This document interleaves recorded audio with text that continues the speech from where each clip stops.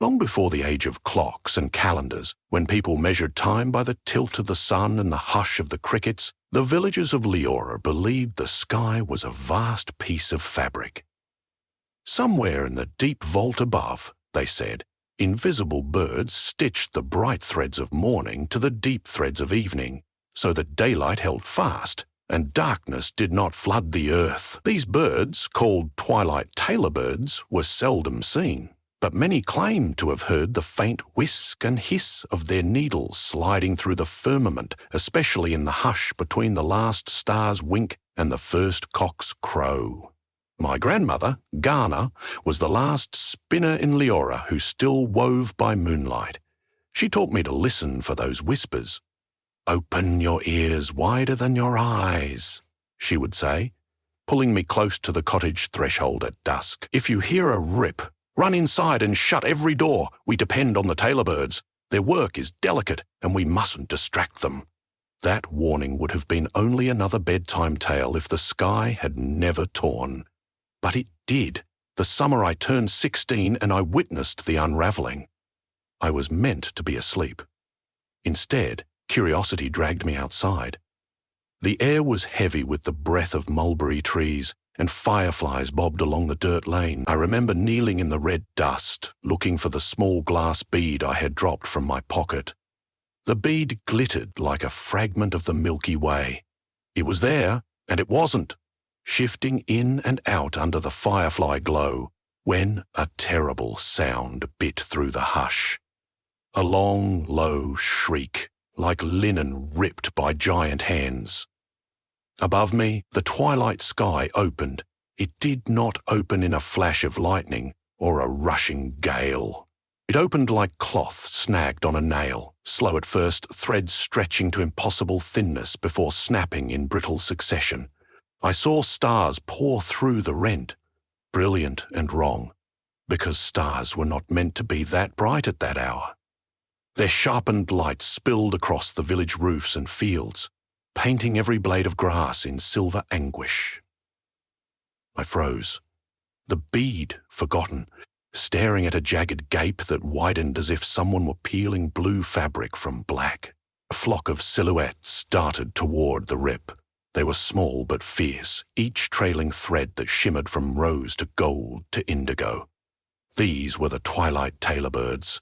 Their wings beat so swiftly they looked like blurs of ink. They dove, vanished into the tear, then zipped out again, carrying frayed strands of daylight. They worked with furious urgency, beaks snapping, feet clutching slivers of light. I glimpsed needle-thin spines protruding from their tail feathers, flicking like tiny awls. But the gap outpaced them. For every stitch they laid, another thread collapsed. The sky frayed wider and wider, and with it, dawn faltered. Sunlight pooled prematurely upon the western horizon, while darkness leaked across the east. Two halves of colour mixed, fighting for dominion, and the world shuddered as if the seesaw of time had lost its hinge. A cold dread throttled me. Ghana's stories weren't stories at all. They were dire necessity. Day and night were indeed hems sewn together. Without the Tailorbirds, time would come apart, and maybe space itself. A person of sense would have run to safety. I did not. Inside me a voice said, "Help them." I cannot explain that voice except to claim it felt older than I was, older than Leora itself. I sprinted to our cottage. Anna was already out front, her face tight as burlap, her grey braid whipping in the weird wind. She held her spindle, but no thread. It was as useless as a handle without a blade. "Child," she said, eyes never leaving the sky, "fetch the moonflax." Moonflax grew only in one ravine north of the river, and only those who could walk barefoot on echoing stone could find it. Ghana had fetched bundles each year, spinning them into luminous filaments for festival banner. She stored a single hank in the chest by her bed, saved for emergencies nobody believed would come. When I brought it to her, silky, pale blue, humming faintly, she thrust it toward me. "The Tailorbirds cannot mend that tear alone. They are losing thread faster than they can spin. They need this. Go." Go where? Up. She pointed to the old bell tower that rose above the village grain hall. Hang the thread on the weather vane. They'll take what they need. Hurry, before everything unravels. I clutched the moonflax, its glow pulsing like a heartbeat. The tower was 3 stories high, rickety and narrow. I had climbed it only once, in daylight, and vowed never again. But fear for myself, balanced against fear for the whole of time, was no contest. The air crackled as I ran, the sky flashing between bruised mauve and blood orange. The Tailorbirds' panicked calls, tinny chirrups like clinking glass, rang overhead. Je sogni ad ona bradre, arctrasta. I reached the tower, shoved its warped door, and dashed up spiral steps that sagged underfoot. Dust puffed from every tread.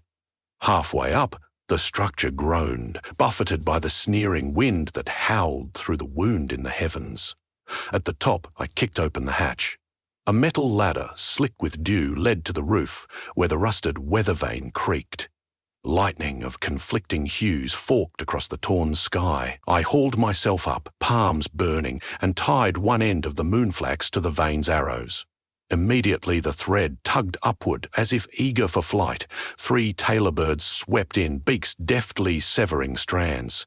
They wove the filaments into braid, then vanished into the rip. I saw the loop they stitched close slightly, but a moment later another rent burst open alongside. We were losing. Suddenly a large shape wheeled above. A hawk. No, not a hawk, something leaner, quilled with needles longer than the Tailorbirds' entire bodies. Its wings beat in silence, absorbing sound. Its eyes burned like winter moons. Ganna had never told me of this predator, but instantly I understood. When worlds are maintained by small creatures, there will always be bigger beasts, eager to feast on chaos. This was a seam ripper, an eater of stitches, a devourer of order. It swooped, talons extended, Tailorbirds scattered, shrieking. The seam ripper tore through their newly sewn patch, shredding it like tissue. Night screamed in, day bled out, the sky's edges curling away. I did a foolish thing. I threw a handful of moonflax at the beast. Strands spiraled like thrown silk, catching its attention. The seam ripper veered, slashing the air where they drifted. During that heartbeat, the birds regrouped. One alighted on the weather vane finial nearest me. Its feathers mirrored twilight, lavender tipping into bronze. Its eyes, blacker than any pebble in the brook, met mine in what felt like comprehension. It plucked a fresh length of moonflax from my arms, then impossibly darted close enough that I felt the gust of its wings against my cheek. A single needle feather flicked, and before I could flinch, it nicked my fingertip. Blood welled, bright and stunned. The Tailorbird touched its beak to the drop and warbled. Colour rippled down its plumage. Then it flew into the rent, trailing a ribbon of blood-tinted moonflax, as though I had gifted it dye. The seam ripper hissed at the smell of iron. It dove at me next. I ducked, hugging the vane. Its talons scraped metal, sending sparks that fizzled in the weird dusk. Something inside the pledge of moonflax tightened in my grip like a living rope. The rest of the bundle surged upward. I let go just in time. If I hadn't, it would have yanked me skyward. The Tailorbirds dragged the thread in loops, braids, knots. I couldn't keep track, and the gap began to knit. But the seam ripper circled back, ripping as fast as they mended. Below, villagers poured from houses, faces thrown into harsh relief by the swirling half-light. Some prayed, others yelled warnings I neither heard nor heeded. Ghana, thin and swift despite her 70 years, climbed the first level of the tower. She waved frantically. "Leora is split between day and night," she cried. "If dawn and dusk do not bind, every hour will fold into itself. Time will knot and choke. You must seal the tear from this side." "How?" I shouted through the maelstrom. She hurled me her spindle. "Spin your promise." She might as well have asked me to lift a mountain. I could spin no better than a toddler. Yet I caught the spindle by reflex. It was warm from her hand, carved of juniper, etched with runes of the old sky weavers. The moonflax dancing above me dwindled rapidly, already half woven into the sky. Tailorbirds flashed, their numbers doubling as if summoned across distant horizons. Maybe blood had called them, maybe faith. I pressed the spindle to my palm. The cut bled still, a tiny wound but potent. I touched blood to spindle and the runes flared. My head rang with words in no language I recognized. I forced a strip of moonflax into the notch, set the spindle whirling. The thread glimmered, elongating as I spun, feeding into the tempest overhead. Each twist carried something of me. My dread of endless night, my longing for fair mornings, my memory of grandmother's lullabies braided in with moonlight. The seam wrapper dove. It snatched at the length I spun, but the blood within the fibre must have burned it, for the beast recoiled, shrieking. Tailorbirds seized that moment. They volleyed around the predator, jabbing with needle feathers, dizzying it in a spiral dance. The bigger creature faltered, shredded by 1,000 tiny pricks, wings webbed now with filament. In a last thrash it tried to flee, but their threads bound it to the ragged patch. The more it struggled, the tighter the weave wound. At last, it became sewn into the sky itself, a dark motif on the tapestry of twilight, fixed forever between dawn and dusk. When the final stitch pulled snug, silence dropped like a veil. The wind flattened. Colours settled to their rightful gears, pale gold in the east, violet embers in the west. The seam held.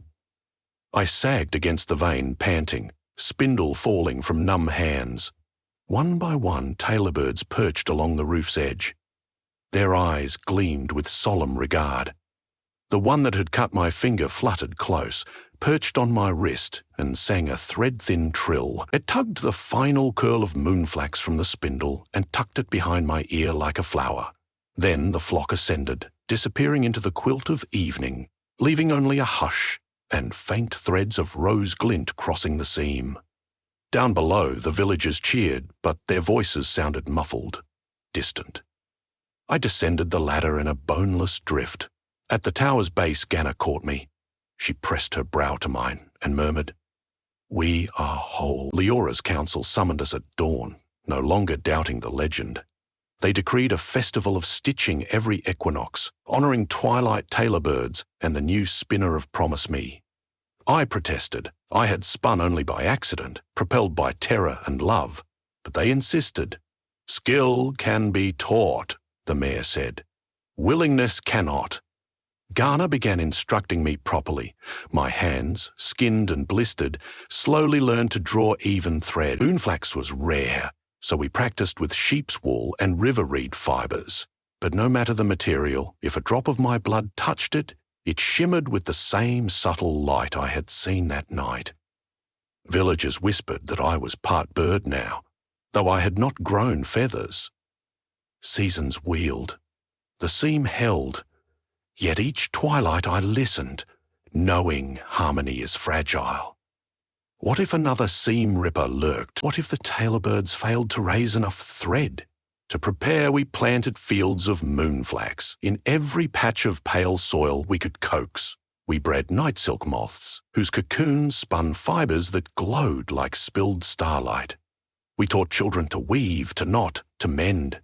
"A mended thing is stronger than a new thing," I told them, echoing grandmother. 2 years later, the sky quivered again.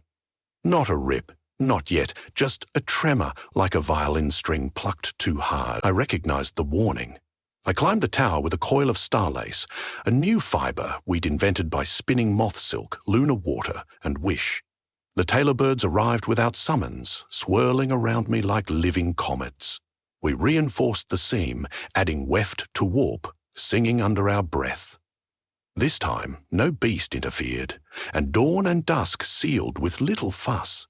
It was easy, almost dull, which frightened me more. When a task becomes routine, guardians grow careless, so I kept watch.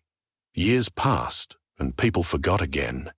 They married under calm skies, harvested under predictable suns. Children stopped believing tailorbirds were real and called them metaphors for change. One winter solstice, Ganna died. Her last words, "Keep spinning, child." I wept, nursed her loom like a relic, and still crept out each twilight, spindle tucked in my cloak. Some nights I spun nothing. Others, I added a single invisible stitch, more for comfort than necessity, yet each stitch felt like prayer. Then the plague of years came, drought, then flood. Kings rose and wars followed. Leora's walls cracked, its archives burned. Amid the chaos, nobody cared for sky seams. But the seam remained, because I remained, because Tailorbirds still arrived, though fewer. Where once hundreds answered, now tens. One dusk I saw hatchlings among them, tiny cotton puff bodies, tails still threadbare. I realized the flock's numbers had not dwindled, they were cyclical. Some birds lived 1,000 sunsets, others one. But the pattern endured. Fate entrusted repair to the small and persistent, not to the mighty. Occasionally, travellers would ask why our village banners shimmered as though woven from sunlight. I told them stories. How time is fabric. How lotus root tea can help you hear the sky. How a finger cut changed the warp of the world. Some laughed, moved on. Some stayed, learned to spin. Those who stayed began to awe at every stitch in their shirts, every seam in their shoes. Because once you know cloth can hold back the void, even a patch on your elbow feels heroic. When I became old, a girl named Ilay, fostered from a distant valley, came to me at dusk. I heard a rip, she whispered. I had heard nothing, yet I trusted the twitch of fear in her voice. We climbed the tower. Indeed, a thin slit glimmered, no wider than a quill scratch. Without ceremony, she produced a spool of meadow flax and threaded her bone spindle, carved in shapes unlike ours, but graceful. She pricked her thumb, let a crimson bead sink into the fibre and spun.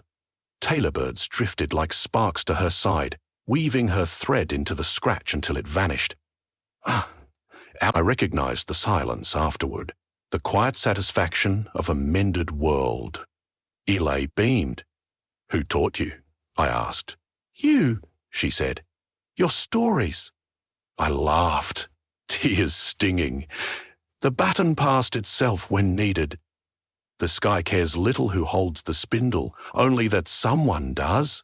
On my last evening, ancient and slow, I sat under a grape arbor, marveling that the sky above looked seamless, no trace of seam ripper or tear, only a hush of pink surrendering to cobalt, and the faint, eager whistle of Tailorbirds beginning their shift. One fluttered down, perched upon my wicker armrest. It carried a single strand, blood red, luminous. It laid the thread over my lap, trilled and flew. I understood. My life's thread was ready to join the border between dawn and dusk. I closed my eyes, feeling the spindle of my heart beat slow. Perhaps my story would be sewn there too, a thin line of memory stitched beside many others. Ganna's, Ilay's, countless hands unknown. The legend says that if you look closely at twilight, you can see a faint embroidery across the horizon. Reds, blues, silvers interlocking, feathers tucked among knots. Some call it clouds, some call it aurora. But if you've ever pricked your finger for the sake of something bigger than yourself, you recognize stitches when you see them. And if, on some unguarded evening, you hear fabric stretch overhead, run, not away but toward the tower, spindle ready, heart bared. Because dawn and dusk still need joining, and the smallest thread, offered in courage, can hold the whole day together.